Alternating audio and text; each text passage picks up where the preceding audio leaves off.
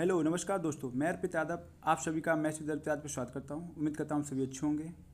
इसी के साथ आज हम अपने प्रैक्टिस सेट नंबर 5 पे पहुंच चुके हैं, जिसमें आज का पेपर हम डिस्कस करने वाले हैं 27 अगस्त 2024 में जो आपका शिफ्ट में फर्स्ट में पेपर हुआ था वो हम डिस्कस करने वाले हैं। और ये प्रैक्टिस सेट आपके लिए चल रहे हैं। स्पेशल जो मैथ्स की पीवाई की सीरीज है ये आपके लिए बहुत इंपॉर्टेंट होने वाले हैं, क्योंकि एग्जाम में आपका 80 to 90% पीवाई क्यू बेस्ड आते हैं। तो आपको डिट्टो ये सेम आपको क्वेश्चन इसी टाइप के एग्जाम हॉल में भी देखने को मिलेंगे। तो ये जो भी सीरीज में इसमें मैं 450-500 क्वेश्चन कराने वाले हैं, तो कम से कम आप इतना तो करके एग्जाम हॉल में जाएं, ताकि इस टाइप के क्वेश्चन आए तो आप इजीली एग्जाम हॉल में कर पाएँ। क्योंकि टाइम हमें एग्जाम में जब लगता है, जब हम क्वेश्चन को पढ़ते हैं फिर हम सोचते हैं इसमें क्या करना है। अगर क्वेश्चन पढ़ते पढ़ते हम समझ में आ गया कि हमें कैलकुलेशन क्या करनी है, तो फिर आपको कैलकुलेशन में भी टाइम नहीं लगता है और पेपर आप समय पर पूरा कर लेते हैं।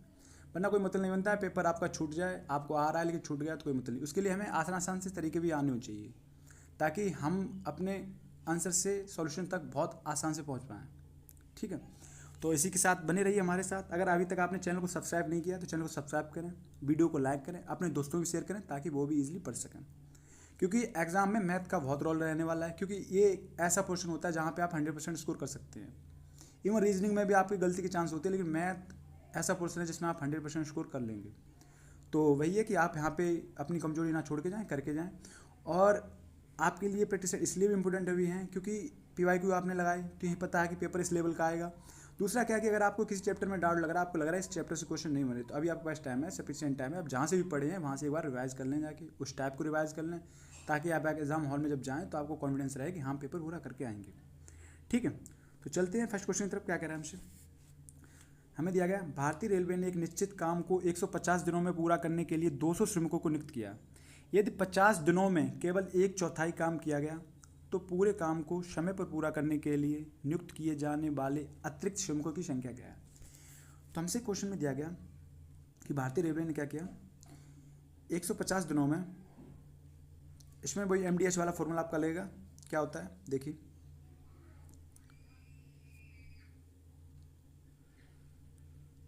D1 upon work, M2 D2, इसमें अगर भैया कि हावर भी दिए होते तो H2 भी हो जाता। ठीक है, तो H1। तो क्या हमें दिया गया, हमसे कह रहा है क्वेश्चन में कि 150 दिनों में एक भारतीय रेलवे ने एक निश्चित काम को करने के लिए 150 दिनों में पूरा करने के लिए 200 श्रमिकों को नियुक्त किया। तो 150 दिनों में पूरा करने के लिए डे हो गए 150, कितने श्रमिक? 200 श्रमिक को नियुक्त किया। यदि 50 दिनों में केवल 1/4 काम किया गया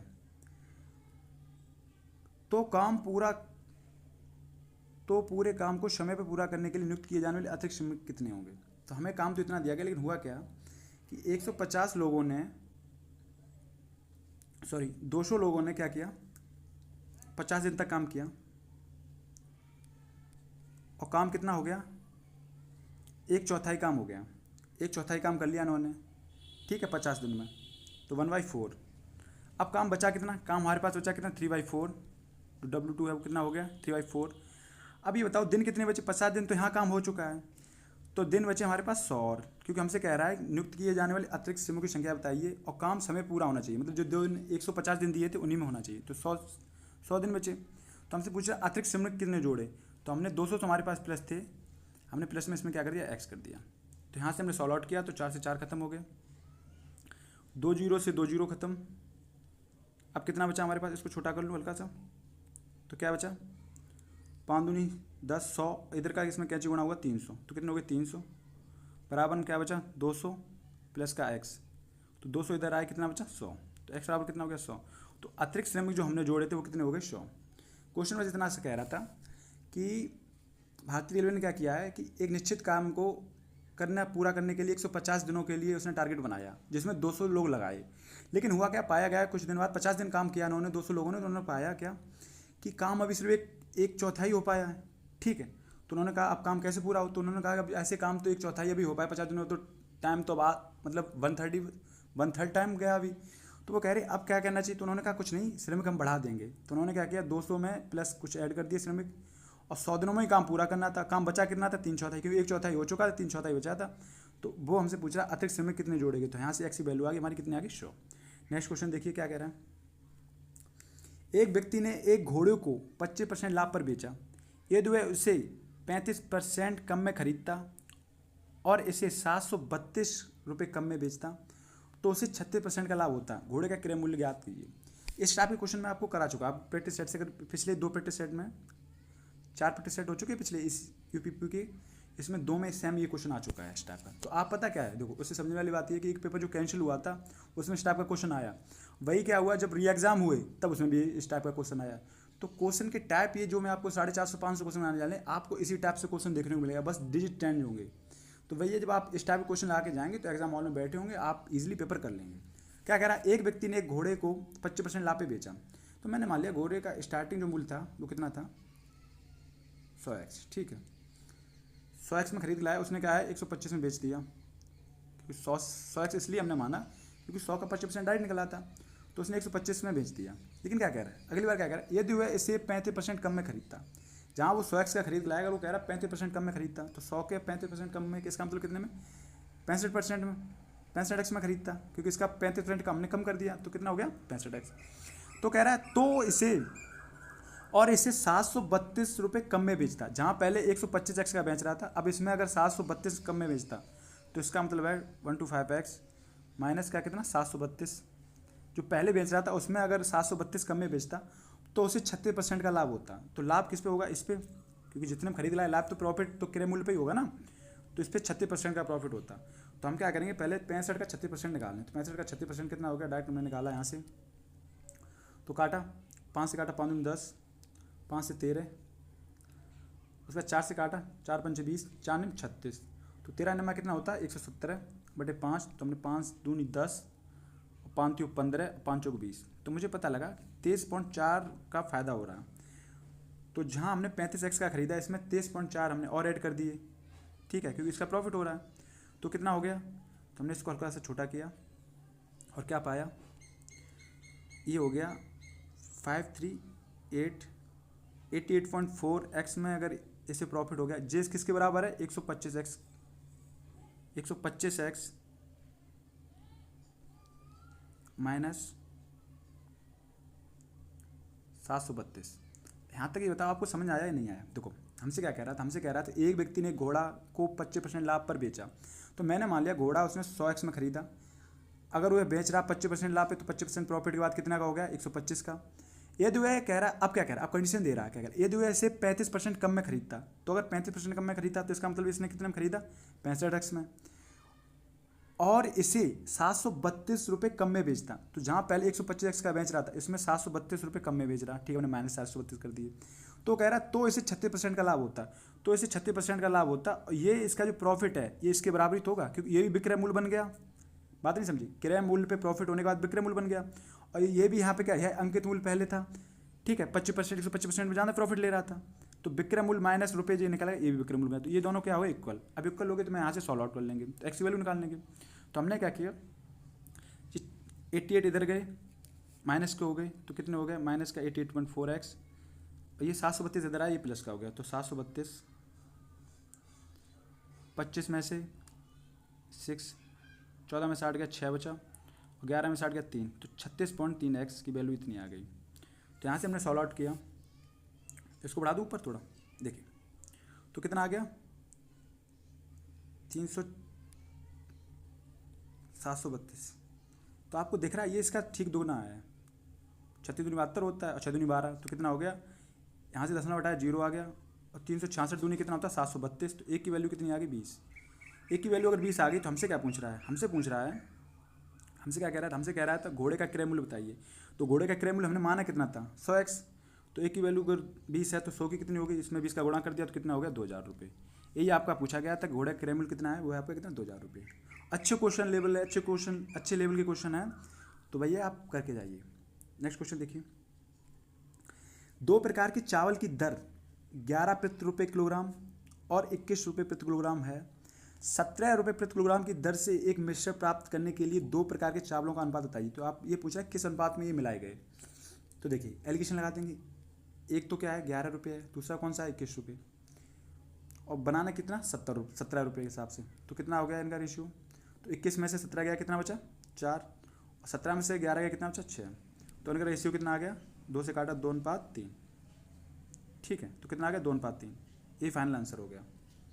अगर आपको ये समझ नहीं आया कि एलिगेशन क्यों लगा तो इसमें ऐसे भी कर सकते हैं आप। पता क्या, मैंने मान लिया 11 रुपये किलोग्राम का जो चावल है वह इसने कितनी मात्रा खरीदी, 1 किलोग्राम खरीदा। ठीक है, वहीं क्या 21 रुपये के हिसाब से इसने 20 किलोग्राम खरीदा, तो इसका टोटल कितना हो गया 11 गुणा A प्लस का 21 गुणा B और इक्वल टू क्या आ गया, इक्वल टू तो 1 किलोग्राम ये हो गया, 20 किलोग्राम हो गया। ये टोटल कितने में बेच रहा है, अब जो 17 के हिसाब से, तो 17 A प्लस B, ये टोटल अमाउंट हो गया। तो यहाँ से आप अगर रेशियो निकालेंगे तब भी आपका जो रेशियो आएगा वो क्या आएगा, वो रेशियो आपका A और B का कितना आ गया 2:3। भाई से हमसे कह रहा है किस अनुपात में मिलाया गया, तो इसका मतलब है कि जो 11 किलोग्राम जो है वो 2 अनुपात में है, वहीं जो 21 वाला है वो कितना है 3 अनुपात में है। ठीक है, बढ़ते हैं इस क्वेश्चन तरफ। एक दुकानदार एक वस्तु के अंकित मूल्य पर 10% की छूट देता है, लेकिन छूट वाले मूल्य पर 8% का बिक्री कर लगाता है। यदि ग्राहक बिक्री कर सहित मूल्य के रूप में 34,020 का भुगतान करता है तो अंकित मूल्य कितना है। तो मैंने लेकर चला कि मार्क प्राइस जो हमने मान लिया क्या है, MP है हमारा, मार्क प्राइस जो है अंकित मूल्य है कितना है, हमने मान लिया 100। हमसे कह रहा है 10% की छूट देता है, तो 100 पे 10% छूट दी कितने पे 90 पे। उसके बाद कह रहा है लेकिन छूट वाले मूल्य पर 8% का बिक्री कर ले रहा है। ठीक है भैया, तो 90 पे 8% कितना हो गया, तो 9/72। इसका जो 8% हमने निकाला है, 90 का 8% जो आ गया वो कितना आ गया 9/72 7.2। तो एक तो क्या है, देखो उसने क्या किया, स्टार्टिंग में हमने MP उसने जो माना तो मार्क प्राइस हमने मान लिया 100, तो उसमें क्या पहले 10% छूट दे रहा, तो उसका मतलब है 90 की बेच रहा, लेकिन क्या है 8% इसमें बिक्री करो ले रहा, तो 8/72 7.2 रुपये जो है इससे बिक्री कर ले रहा है। तो वही कह रहा है यदि ग्राहक बिक्री कर सहित मूल्य के रूप में 34,020 का भुगतान करता है, इसका मतलब टोटल अमाउंट अभी दे रहा है कितना दे रहा है 90 ये और 7.2 बिक्री कर 97.2। इसकी वैल्यू हमें कितनी दी गई, वो दी गई 34,020। हमसे क्या कह रहा है, हमसे कह रहा है अंकित मूल्य कितना है, तो अंकित मूल्य है कितना 100, तो हमें 100 की वैल्यू निकालनी है। तो यहाँ से हमने 100 की वैल्यू निकालने के लिए 10 में बढ़ाया 1 0 बढ़ा दिया, तो 2 से काटा हमने, 2 चौकू 8, 2 अट्ठे 16, 2 छिंग 12, 2 एकम 2, 2 दूनी 4 0, 2 एकम 2 0 0। ठीक है, 2 सत्ते 14 होगा ना यहाँ पे, हाँ ठीक है। उसके बाद 2 से काटा मैंने, 2 दूनी 4, 2 चौकू 8, 2 अट्ठे 16, उसके बाद 2 अट्ठे 16, 2 पंचे 10, 2 पंचे 10 0।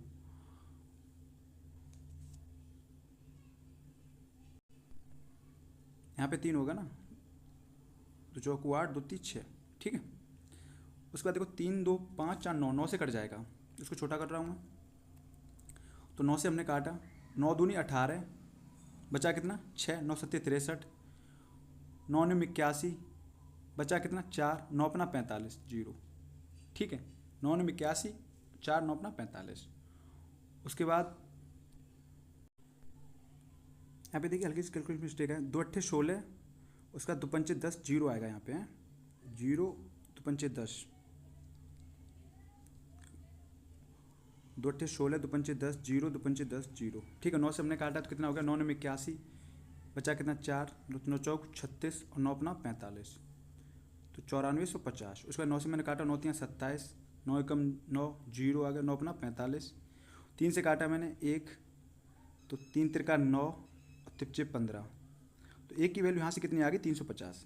अगर एक की वैल्यू यहाँ से 350 आ गई तो हमसे क्या पूछ रहा है, हमसे पूछ रहा है अंकित मूल्य कितना होगा। तो मार्क प्राइस हमने माना कितना था 100x, तो इसका 100 का दोनों तरफ गुणा कर दिया, तो कितना हो गया 35,000।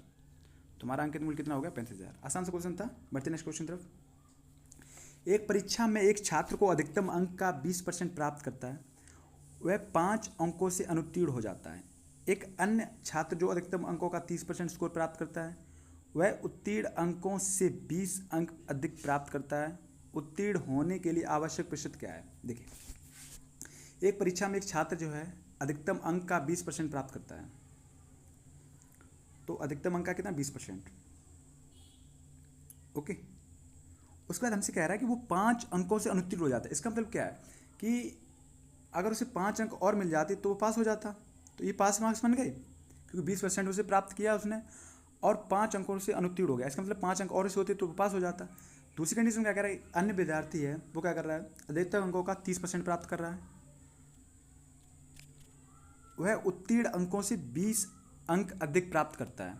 मतलब जो पास होने के लिए जो मार्क्स हैं उसने 30% प्राप्त कर लिए, इसका मतलब है कि उसने 20 अंक और अधिक प्राप्त कर लिए जो पास होने मार्क्स थे। तो मैं अगर इसका 20 माइनस कर दूं तो हमारे पास ये भी पास के मार्क्स आ गए एग्जैक्ट, और ये भी पास के मार्क्स आ गए। अगर यहाँ से पास मार्क्स आ गए तो हमने जो टोटल माना था, क्या माना था, 100% है, वैल्यू जो है 100%। तो यहाँ से हम परसेंटेज निकाल लेंगे। तो हमने देखा क्या इधर गया 20% इधर आया तो कितना बचा 10%, और ये 20 इधर आए तो कितना प्लस के हो गए 25%। तो मुझे पता लगा 10% की वैल्यू जो है 25% है। हमसे क्या पूछ रहा है, हमसे पूछ रहा है उत्तीर्ण होने के लिए आवश्यक प्रतिशत क्या है। तो ये बताइए उत्तीर्ण होने के लिए देखो 20% यहाँ पे प्राप्त कर रहा था वो, ठीक है। अगर पाँच अंक और प्राप्त हो जाते तो पास हो जाता। तो बताइए अगर 10% की वैल्यू कितना है 25, अगर मैं 5 से काटूँ तो 5 दूनी 10, 2% की वैल्यू कितनी आ गई 25, तो 2% की वैल्यू कितनी आ गई 5। तो अगर मैं इसमें 2% 5 की वैल्यू कितनी है 2%, अगर 2% और मिल जाते ना इसे तो ये पास हो जाता है। इसका मतलब है कि 22% जो है वो क्या है, इसके पास मार्क्स हैं। तो हमसे भाई पूछा उत्तीर्ण होने के लिए आवश्यक प्रतिशत क्या है, तो वो कितना है 22%। ओके, अगर इस वाली से कंडीशन से लिख लोगे तब भी निकल आया, क्योंकि 2% वैल्यू कितनी आ गई 5, हमें तो 20 नंबर की चाहिए, तो 5 चौक 20 8%, तो 30 में से 8% गया कितना 22% आ जाएगा। नेक्स्ट क्वेश्चन देखिए, निखिल और रितु की आय 2:1 के अनुपात में है। वे 5:3 के अनुपात में खर्च करते हैं और 4:1 के अनुपात में बचत करते हैं। यदि निखिल और रितु दोनों की कुल मिलाकर मासिक बचत 10,000 है तो प्रत्येक की मासिक आय ज्ञात कीजिए। देखो पहले यहाँ से क्वेश्चन पकड़िए, कुल मिलाकर उनकी मासिक बचत जो है कितनी है 10,000 है, जबकि इनका अनुपात बचत का कितना दिया गया 4:1। तो निखिल और जो रितु जी हैं इनकी 4:1 के अनुपात में है, तो इसका मतलब 5 4 कितना 5 5 10। तो इसका मतलब है कि अगर निखिल 8,000 रुपये बचा रहा है, वहीं रितु कितनी बचा रही हैं 2,000 रुपये, ठीक है, क्योंकि टोटल 10,000 है, 4:1 में हो गया। अगर इतना आ गया तो क्रॉस प्रोडक्ट मेथड लगा देंगे हम। क्या कह रहा है, आय कितनी है 2:1 है, निखिल और रितु की जो आय है वो कितनी है 2:1, खर्चा कितना है इनका 5:3, और बचत कितनी है 8,000 और 2,000। तो हमने लगाया क्या 3 दूनी 6 5 एकम 5, इनका डिफरेंट कितना आ गया 1, एक की वैल्यू हमें कितनी दी गई 3 24 5 दूनी 10, तो 24 में 10 गया कितना 14,000, तो एक की वैल्यू 14,000 आ गई। तो हमसे क्या पूछ रहा है, हमसे पूछ रहा है प्रत्येक की मासिक आय ज्ञात कीजिए। तो इसकी कितनी 2:1 में है, तो 14 दूनी 28, 28 निकल की हो गई 28,000, रितु कितनी आ गई 14,000। भैया अगर हमारे चैनल से आप जुड़े हैं पिछले 3-4 प्रैक्टिस सेट भी किए तो इसका मैं डिटेल भी बता चुका हूँ कैसे डिटेल है, तो आप प्लीज़ जुड़े रहिए और देखते चलिए। नेक्स्ट क्वेश्चन देखिए, हमें दिया गया क्या दिया गया, इसका हमें मेंशन किया गया, क्या किया गया p² प्लस क्यू 4q का क्यूब। ओके, इसको क्या दिया गया, हमें दिया गया PQ माइनस Q²। तो हमें पूछ रहा है क्वेश्चन में, अगर हमें दिया गया इसको तो बोल रहा है इसको सॉल्व कीजिए, तो कर लेंगे हम, कोई दिक्कत ना, ठीक है। तो मैंने माना अगर इसको पहले क्या है क्वेश्चन को सॉल्व कर रहे हैं, तो 1 अगर P है यहाँ पे और 2 क्या है Q, तो अगर ये सिंबल जब इस तरफ है तो क्या बन रहा है p² और q का q, तो यहाँ पे हम p² करेंगे तो कितना आ गया 1 प्लस, क्योंकि प्लस लगा हुआ है, और q का q कितना हो गया 2 का q कितना हो गया 8 यहाँ तक। तो यहाँ तक सॉल्व किया मैंने, 8 है कितना हो गया 9। इसका मतलब क्या है, इसका मतलब पता है क्या है, इसका मतलब ये दिया गया क्या कि p का q जो संख्या ये p है और q ये है, तो किसका पहले q होगा, तो 9 का q कितना हो गया 729 माइनस, और 3 का स्क्वायर कितना हो गया 3 3 का 9, तो 729 में से 9 गया तो कितना बचा 720। ये आपका फाइनल आंसर हो गया। बस एक रीजनिंग सा क्वेश्चन था आपका। नेक्स्ट क्वेश्चन देखिए क्या कह रहा है, हमें दिया गया 12/2/2022 से लेकर 11/2/2023 तक 15% प्रति वर्ष की दर से 73,000 पर साधारण ब्याज क्या है। तो ये पता है कुछ नहीं, पागल बना रहा है। देखो 12/2 से लेके 2022 से लेके 11/2/2023 तक पता क्या है, टोटल दिन कितने हो गए 365। 365 का मतलब कितना हो गया एक साल। तो पूछ रहा है एक साल पे 15% प्रति वर्ष की दर से 73,000 का कितना ब्याज हुआ। तो हम डायरेक्ट 73,000 का 15% निकाल लेंगे, भाई हमारा इंटरेस्ट आ जाएगा। तो 0 से 2 जीरो खत्म किया, 0 15 3 45 5 यहाँ से लेके 4 15 7 105 और 4 कितना हो गया 109। तो 10,950 रुपये जो ब्याज होगा साधारण ब्याज पे, भैया आपका आंसर हो गया। ठीक है, साधारण ब्याज होता क्या है, इंटरेस्ट डिपेंड करता है किस पे, PRT/100, जहाँ ये क्या है ब्याज, ये क्या है, मूलधन,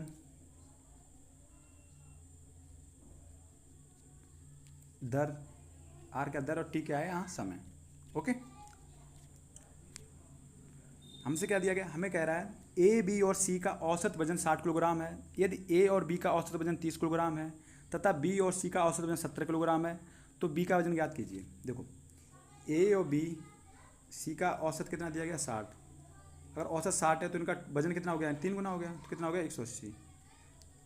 ओके, वहीं क्या कह रहा है, हमसे कह रहा है ए बी का औसत दिया गया, औसत कितना दिया गया 30 किलोग्राम, तो इनका योग कितना हो गया 3 दूनी 60, क्योंकि औसत क्या होता है, औसत इनका योग ही तो है। अब देखिए भाई बी और सी का हमें औसत दिया गया कितना 70 किलोग्राम, तो इनका योग कितना हो गया, तो इनका योग हो गया 140। तो हमसे कह रहा है तो बी का वजन क्या है, तो बी का वजन क्या है, तो यहाँ पे क्या है बी, दो यहाँ भी बी हो रहा है, यहाँ भी हो रहा है, इसका मतलब दो बी ऐड हो रहे हैं, तो इसका हमने योग किया कितना हो गया 140, 60 कितना हो गया 200 किलोग्राम, जहाँ ए प्लस बी प्लस सी कितना था 180। तो इसका मतलब है ये वजन बढ़ा क्यों, ये इसलिए बढ़ा क्योंकि बी इसमें 2 बार इंक्लूड है, तो एक बार भी हमने माइनस कर दिया तो कितना हो गया, तो बी का वजन कितना आ गया 20 किलोग्राम। ये आपका आंसर है। आसान से क्वेश्चन, नेक्स्ट क्वेश्चन देखिए, ज़्यादा टाइम नहीं देना है, सरल सरल क्वेश्चन पे। एक बस 50 किलोमीटर प्रति घंटे की गति से 250 किलोमीटर की दूरी तय करती है, यात्रा पूरी करने में कितना समय लगेगा। तो देखो स्पीड इक्वल टू क्या होता है, स्पीड होता है डिस्टेंस अपॉन टाइम। तो स्पीड कितनी दी गई 50 किलोमीटर प्रति घंटे, डिस्टेंस कितना है 250, तो हमसे टाइम पूछा है, टाइम पूछा है हमसे यहाँ से, तो 50 से काटा 5 बार, तो टी कितना आ गया 5 आवर। ये आपका आंसर हो गया 5 घंटे। आसान से क्वेश्चन है। नेक्स्ट क्वेश्चन देखिए, 2 रेलगाड़ी क्रम से 59 किलोमीटर प्रति घंटा और 32 किलोमीटर प्रति घंटा की चाल से समान दिशाओं में चलती हैं, और तेज़ी से चलने वाली रेलगाड़ी धीमी गति से चलने वाली रेलगाड़ी में बैठे एक व्यक्ति को 16 सेकंड में पार करती है। तेज़ गति से चलने वाली रेलगाड़ी की लंबाई ज्ञात कीजिए। देखो हमसे क्या कह रहा है, एक ट्रेन है इधर ही चल रही है 59 किलोमीटर प्रति घंटे की गति से, दूसरी ट्रेन भी इधर ही चल रही है, वो कितनी चल रही है 32 किलोमीटर के हिसाब से। अब पता क्या है, इसमें जो बैठा व्यक्ति है, यहाँ पे मान लो कोई व्यक्ति बैठा है, तो क्या कह रहा है, तेज़ी चलने वाली रेलगाड़ी धीमी चलने वाली रेलगाड़ी में बैठे व्यक्ति को 16 सेकंड में पार करती है। तो ये जो धीमे चल रही है क्योंकि 32 किलोमीटर के हिसाब से चल रही है, ये 59 किलोमीटर के हिसाब से चल रही है। अब बताइए जब दोनों सेम दिशा में चल रही हैं तो इनकी दूरी घट जाएगी, मतलब स्पीड हो जाएगी, कम हो जाएगी, क्योंकि देखो 32 की तो स्पीड से ये भी चल रही है और ये 59 तेज़ से आ रही है, तो इसकी जो कवर करेगी ना, तो वो क्या है, इसकी स्पीड माइनस कर देगी। तो 59 माइनस 32 कितना हो गया, तो 9 में से 2 गया 7 और 5 में से 3 गया 2, 27 किलोमीटर के हिसाब से। तो इसकी जो स्पीड है ये 27 किलोमीटर के हिसाब से ये दूरी कवर करेगी। तो हमसे कह रहा है, क्या कह रहा है, अब एक बात बताइए, जब ये ट्रेन यहाँ से 59 किलोमीटर वाली ये चल के आएगी ना, तो ये अपनी दूरी कवर करेगी ना व्यक्ति को, मतलब जब ट्रेन यहाँ पे आई तब तो नहीं व्यक्ति पार हुआ, जैसे मान लो व्यक्ति यहाँ बैठा है, ट्रेन आई यहाँ पे, अब तो नहीं पार, अभी भी नहीं पार हुआ, फिर ट्रेन यहाँ से पहुँच के ट्रेन यहाँ गई, अभी व्यक्ति पार नहीं हुआ। ट्रेन कब व्यक्ति पार होगा, जब ट्रेन अपनी दूरी पूरी कवर कर लेगी। ट्रेन क्या कर लेगी, अपनी दूरी पूरी कवर कर लेगी। तो ट्रेन जब यहाँ पे पूरी निकल जाएगी यहाँ से आते हुए, तो यहाँ पे इसके कवर हो जाएगी। इसका मतलब ट्रेन जो पूरी टोटल डिस्टेंस कवर करेगी वो कितनी करेगी, अपनी दूरी के बराबर। तो हमसे कह रहा है तो तेज़ गति से चलने वाली रेलगाड़ी की लंबाई ज्ञात कीजिए। तो 27 किलोमीटर के हिसाब से डिस्टेंस ये अपनी कवर करेगा। टाइम कितना ले रहा है 16 सेकंड।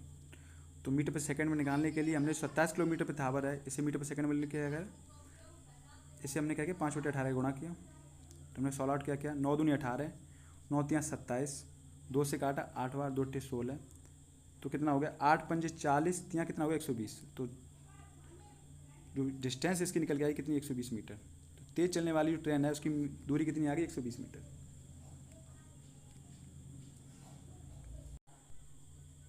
चलिए बढ़ते नेक्स्ट क्वेश्चन तरफ। सबसे छोटी संख्या ज्ञात कीजिए जिससे 4, 6, 7, 8 और 9 से विभाजित करने पर प्रत्येक स्थिति में शेषफल 3 बचता है।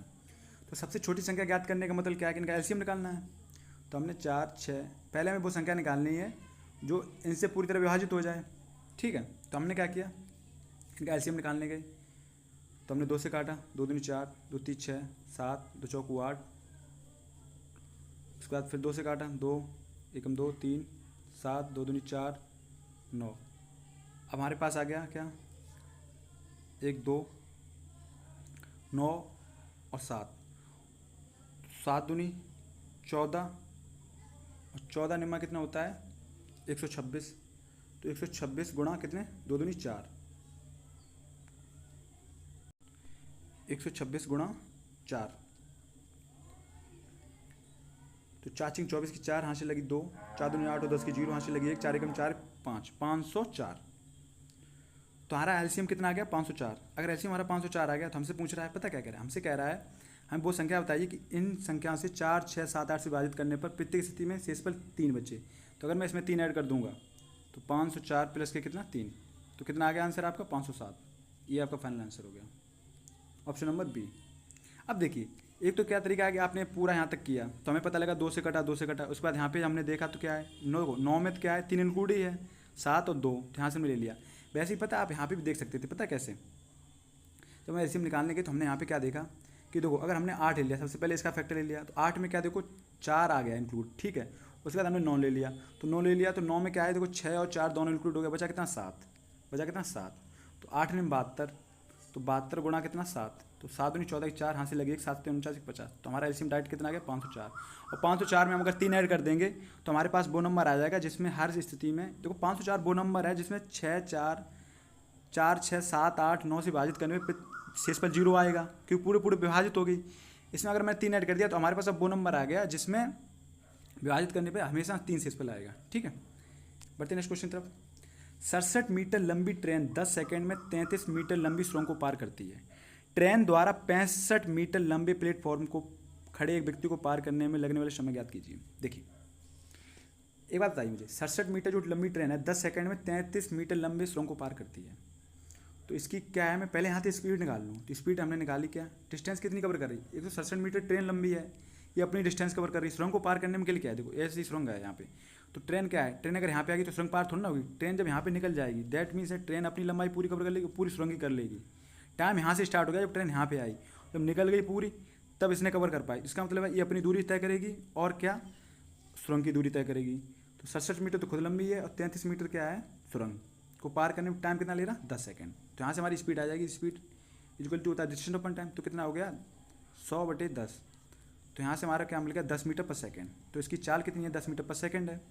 हमसे क्या कह रहा है, हमसे कह रहा है प्लेटफॉर्म पर खड़े एक व्यक्ति को पार करने में लगने वाला समय ज्ञात कीजिए। तो अगर प्लेटफॉर्म पर भी ये व्यक्ति को पार कर रही है तो इसका मतलब क्या है ये बताइए।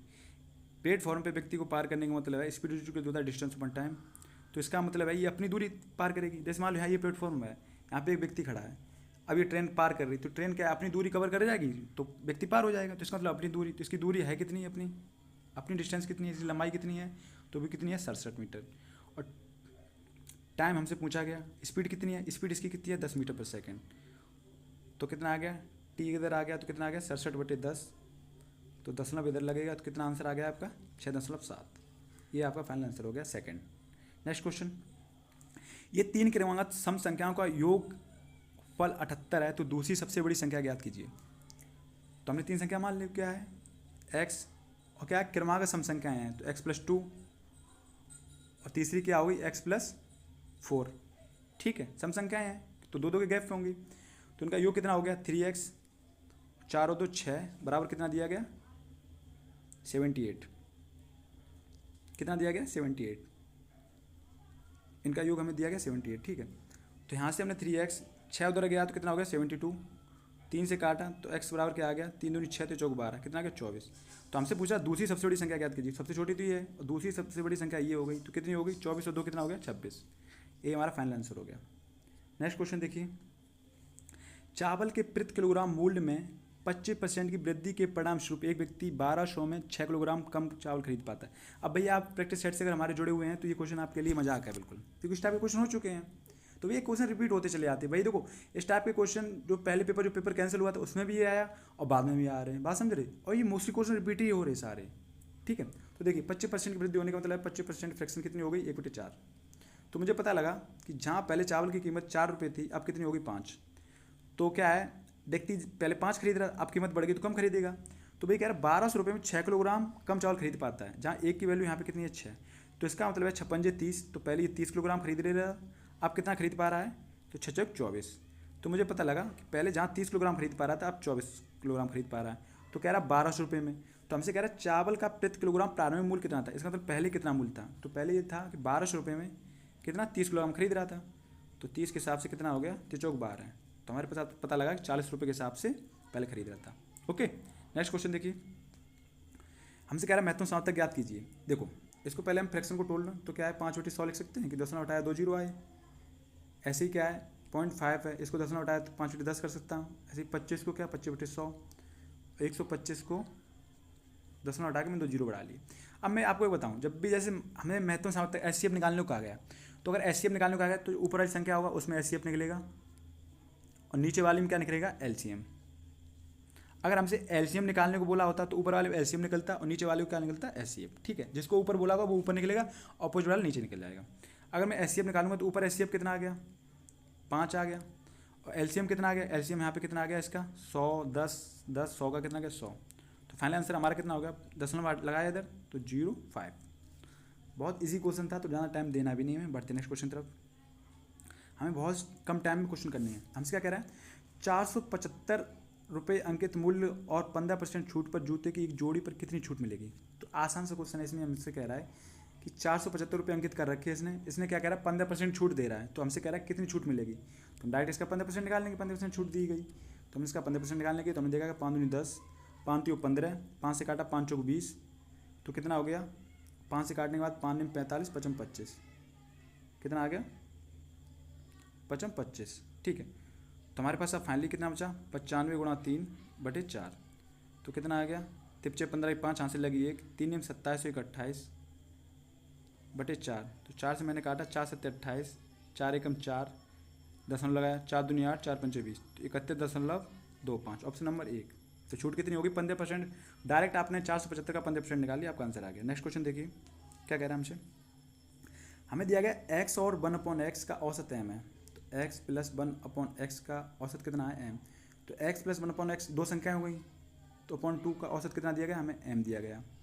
हमसे क्या हमसे पूछ रहा है x² + 1/x² का औसत बताइए। तो औसत का मतलब क्या है 2, इसकी वैल्यू निकालनी है हमें, तो हम निकाल लेंगे, कोई दिक्कत ना। तो हमने सबसे पहले क्या इसे छोटा किया हल्का सा और देखा। अब देखिए अगर यहाँ से हमने सॉल्व आउट किया तो हमें पता क्या लगा x + 1/x आ गया, वो कितना आ गया 2m, क्योंकि 2 इधर चला गया। ठीक है, अगर मैं इसका स्क्वायर कर दूँ, क्योंकि देखो हमें यहाँ पे क्या है एक स्क्वायर में आ रहा है तो हमें स्क्वायर करना पड़ेगा। तो हमने स्क्वायर किया तो x² + 1/x² प्लस का क्या 2 1 × 1/x, इधर भी स्क्वायर किया तो कितना हो गया 4m²। तो यहाँ से x से x खत्म हो गया, तो हमारे पास कितना बचा x² + 1/x² की वैल्यू कितनी आ गई 2 इधर चला गया तो माइनस का हो गया, तो क्या बचा हो गया 4m² माइनस का 2। यहाँ तक किसी भी दिक्कत, यहाँ तक मेरे किसी भाई कोई दिक्कत नहीं बताओ। लेकिन पता है हमें x² + 1/x² कितना आ गया 4m² - 2, लेकिन हमें क्या निकालना है औसत निकालना है, तो अपॉन में 2 करना है। देखो ये तो इसकी वैल्यू आ गई यहाँ पे यार, ठीक है, बटे 2 करना है, तो हमने इसके भी भाग के 2 काट दिया, तो 4m² - 2 अपॉन में क्या 2, तो 2 से काटा तो 2 दूनी ये कितना हो गया, ये तो हो गया 2m² और माइनस का क्या हो गया 1, क्योंकि 2 काटा 2 एकम 2, ये आपका फाइनल आंसर हो गया। कितना हो गया 2m² - 1, option number A. Next question देखिए, यदि 9 क्रमांक सम संख्याओं का औसत 132 है तो पहली और अंतिम संख्या का अंतर ज्ञात कीजिए। तो अगर 9 क्रमांक जो सम संख्याएं उनका औसत 132 दिया गया है तो पहली और अंतिम की संख्या का अंतर क्या होगा। तो आपने पढ़ा होगा कि जब 9 संख्याएं हैं तो इसका मतलब इनका गैप कितना बनेगा 8 संख्या बनेगा, 8 दूनी 16 आपका आंसर हो गया।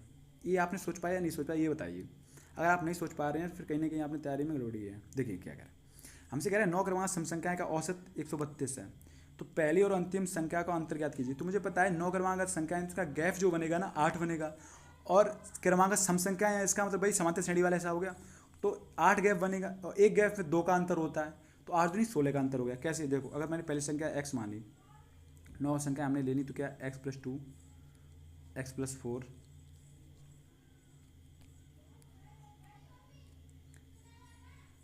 x + 6 और x + 8। भाई ये हमने मान लिया क्या x - 2 x - 4 x - 6 x - 8। अगर ये 8 संख्या हमने मान के चले हैं तो उनका गैप कितना हुआ, देखो एक गैप ये 2 3 4 5 6, एक यहाँ पे 7 और एक 8, तो 8 गैप हुए और 8 गैप का डिफरेंट क्या होगा 2 2 का अंतर है, तो 8 दूनी 16 का अंतर हो गया। ठीक है। अब यहाँ पे औसत 132 है, चाहे 32,000 होता है, लेकिन अंतर इनका बैठेगा, अगर सम संख्याएँ हैं तो उनका अंतर क्या है, 2 2 का ही बैठेगा और 16 ही होगा 8 का। अगर ये हमसे कह रहा था 17 संख्या हैं तो इनका अंतर कितना होगा पहली और अंतिम संख्या का, तो कितना होगा, इसका एक कम कर दो कितना 16, और सम संख्या है तो कितना 2 का गुणा, तो कितना हो गया 16 दूनी 32। ठीक है, तो कभी निकालना हो डायरेक्ट ऐसे आप निकाल सकते हैं। बढ़ते नेक्स्ट क्वेश्चन तरफ। एक निश्चित धनराशि पर 2 वर्ष के लिए 5% की दर से साधारण ब्याज 1600 है। 3 वर्ष बाद समान दर पर चक्रवृद्धि ब्याज ज्ञात कीजिए। देखिए 2 वर्ष के लिए 5% की दर से जो ब्याज मिल रहा है कितना मिल रहा है 1600। तो एक वर्ष में अगर 5% है तो 2 वर्ष का मतलब कितना ब्याज मिलेगा 10%। 10% वैल्यू हमें कितनी की 1600। अगर मैं यहाँ से 100% वैल्यू निकालूंगा तो हमारे पता लगेगा कि मूलधन कितना हमारा है, तो वो कितना आया हमारा 16,000। तो कुल मिला के हमसे कह रहा है 16,000 पे क्या कह रहा है 3 वर्ष बाद समान दर पर 5% की दर से ही 3 वर्ष के लिए चक्रवृद्धि ब्याज बताइए। तो हम निकाल लेंगे, कोई दिक्कत नहीं, इसमें क्या है। तो हमने देखा क्या 16,000 पे 5% दर पे पहली वर्ष हमें ब्याज कितना मिलेगा 16 पंजे 80, कितना 800 रुपये पहली ईयर। जब हम दूसरी ईयर निकालना है, लेकिन चक्रवृद्धि निकालना है, तो 16 पे पहले तो 5% निकले कितना 800, लेकिन इस पर भी 800 भी तो हमें 5% ब्याज मिलेगा, कि ब्याज भी ब्याज मिलता है, तो 8 पंजे 40 कितना 40 रुपये। भाई तीसरी ईयर जब हम पहुँचे तो हमने देखा क्या कि 5% 800 ब्याज तो मिला ही हमें, ओके।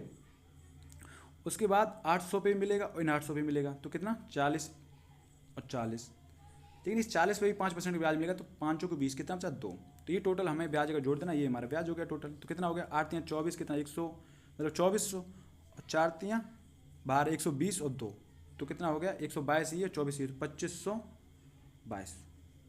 तो 2522 ये आपका आंसर हो गया। बढ़ते नेक्स्ट क्वेश्चन तरफ।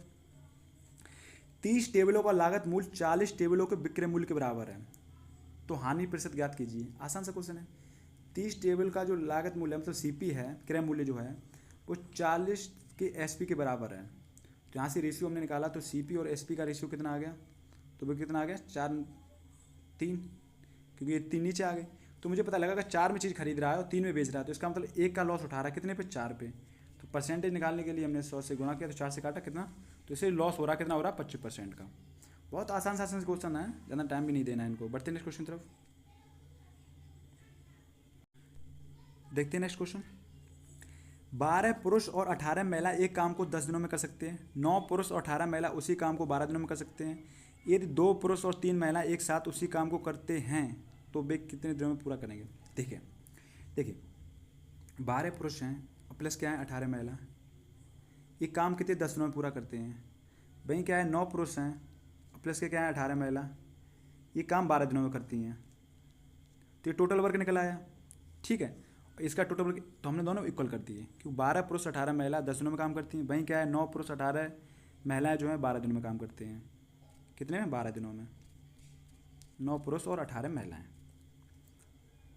तो ये काम इनका इक्वल हो गया, तो हमारा टोटल वर्क बन गया यहाँ से। तो हमने सॉल्व आउट किया, यहाँ से हमें पता लग जाएगा कि पुरुष और महिला का रेशियो जो है काम करने की कार्य क्षमता का है वो निकल आएगी। तो मैंने काटा इसे 2 पंजे 10 2 छिंग 12 है, तो 5 से गुणा किया तो 12 पंजे 60 पुरुष, 18 पंजे 90 महिलाएं जो हैं किसके बराबर हैं 9 छिक 54 पुरुष, 18 पंजे 90 अट्ठा छिका 108 महिलाएं। तो देखिए ये 60 इधर, ये 54 इधर आया तो कितना हो गया, ये 90 उधर गया तो कितना 108 में से 90 गया कितना 18 बचा, तो 6 से काटा 6 18। तो यहाँ से मुझे पता लगा पुरुष और जो महिला का हमारे पास रेशियो आ गया वो कितना आ गया, तो वो आ गया हमारा P/M आ गया कितना, 6 से काटा 3 बार 3 1। तो मुझे पता लगा अगर पुरुष 3 काम कर रहा है तो महिला 1 काम कर रही है। तो यहाँ से हम टोटल वर्क निकाल लेंगे। तो हमने टोटल वर्क निकालने के लिए क्या किया, पुरुष 3 तो 12 3 कितना 36, और महिला कितना 1 तो 18, और कितना 10 दिनों तक, तो 18 3 54 और 10 कितना हो गया 540। तो मुझे पता लगा टोटल काम हमारा कितने कराना है 540, ओके। लेकिन हमसे क्या कह रहा है, आप देखो हमसे कह रहा है 2 पुरुष और 3 महिला उस काम को कितने दिन में करेंगी। तो 2 पुरुष का मतलब क्या है, एक पुरुष कितने दिन कर रहा है, एक पुरुष 3 काम कर रहा है, 2 पुरुष कितने करेंगे 6 एक दिन में काम, ओके। और 3 महिलाएं कितना करेंगे, एक महिला 1 काम कर पा रही, 3 महिला 3, तो टोटल काम एक दिन में कितना होगा इनका 6 3 9, तो 540 टोटल काम है। एक दिन में 9 करे, टोटल दिन कितने लेंगे इन्हें, तो 9 6 54 60 दिन में इनका टोटल काम हो जाएगा। ये हमसे पूछा गया था। नेक्स्ट क्वेश्चन देखिए। 12.5% की दर से एक धनराशि कितने समय में दोगुनी हो जाएगी। तो दोगुनी होने का मतलब क्या है, 12.5% की दर से एक साल में 12.5%, 2 साल में क्या 25% हो गई, तो दोगुनी का मतलब है 100 की चीज़ हमें 200 बनानी है, तो इसका मतलब 100 और बनानी है, तो हमें 100 की वैल्यू निकालनी है। तो हमने 100 के अगर 25 चौको कितना हो गया 100, और 2 चौको 8, तो मुझे पता लग गया 8 वर्षों में क्या है, ये दोगुना हो जाएगा। वैसे ही 12.5% की जो फ्रैक्शन होती है 1/8 होती है, तो इसका मतलब जो अभी ये क्या है 8 साल बाद क्या हो दोगुनी हो जाएगी। समझ गए? बढ़ते नेक्स्ट क्वेश्चन तरफ। क्या दिया गया, संस्था एस और पी से उत्तीर्ण हुए कुल अभ्यर्थियों की संख्या तथा संस्था आर है, आर की जगह कुछ और भी है, एक मिनट रुकना मैं बताऊँ, एक सेकेंड, यहाँ पे थोड़ा मिस्टेक है, यहाँ पे क्या है टी और आर से नामांकित अभ्यर्थियों की कुल संख्या के बीच अंतर ज्ञात कीजिए। देखिए संख्या एस और पी से उत्तीर्ण हुए, तो ये देखो ये कैंडिडेट जो हैं जो इनरोल हुए, मतलब जिन लोगों ने भाग लिया, कैंडिडेट हु पास, तो 5700 लोग ऐसे हैं जो पास हुए और 8550 लोगों ने भाग लिया। तो हमसे क्या कह रहा है, संस्था एस और पी से उत्तीर्ण हुए कुल अभ्यर्थियों की संख्या, तो क्या है एस 16% और पी कितने 18%, तो ये कितना हो गया 16 दूनी 32 34%, तो 5700 का 34% हमें निकालना है। ठीक है, तो ये तो क्या है एक कुल अभ्यर्थी क्या है उत्तीर्ण हुए, तो कितने हो गए हमने निकाला कितना, अब मुझे 34 सर्टिफिकेट नहीं पता, लेकिन 17 का तो पता, तो मैंने क्या किया इसका 2 का पहले गुणा किया, 57 दूनी कितना हो गया 114, 17 गुणा कितना हो गया 114, तो 17 चौको कितना हो गया 68 की 8 हासिल लगी 6, 17 एकम 17 और 6 कितना हो गया 23, बचा कितना 2, 17 एकम 17 और 2 19, तो 1938 लोग ऐसे हैं जो उत्तीर्ण हुए, मतलब पी और एस के। ठीक है, लेकिन हमसे क्या कह रहा है, संस्था टी और आर से नामांकित अभ्यर्थियों की कुल संख्या के बीच का अंतर बताइए। तो टी और आर से नामांकित कितने हैं, देखो टी कितना है 8% और आर कितना है 10%, तो 10% डायरेक्ट हमने निकाला कितना हो गया 50 का 10% कितना हो गया, छोटा कर लूँ उससे, तो 50 का 10% तो डायरेक्ट हमारा कितना आ गया 855। ओके, किसका आर का, भाई टी 8% निकालना, तो 50 का 8% हमने निकालने गए, तो हमने देखा क्या 0 से 0 खत्म, 5 से काटा 5 एकम 5, बचा कितना 3 5 तो 35, 5 एकम 5 5 दूनी 10, तो 2 से काटा 4 बार, तो 4 एकम 4, 4 से 28 के 8 हाथ से लगी 2, 4 एकम 4 2 6, तो ये कितना हो गया 684 हो गया। तो इनका ऐड किया तो कितना हो गया 4 5 9, 8 5 13 3 हासिल लगी 1, तो 9 6 15, तो 1539। तो टी और आर में नामांकित जो अभ्यर्थी हैं वो कितने हैं 1539 हैं। जहीं एस और पी के उत्तीर्ण हैं वो कितने हैं 1938। ठीक है, तो हमसे पूछा इनका अंतर कितना हो गया, तो 1938 हमने माइनस कर दिया, तो कितना हो गया ये,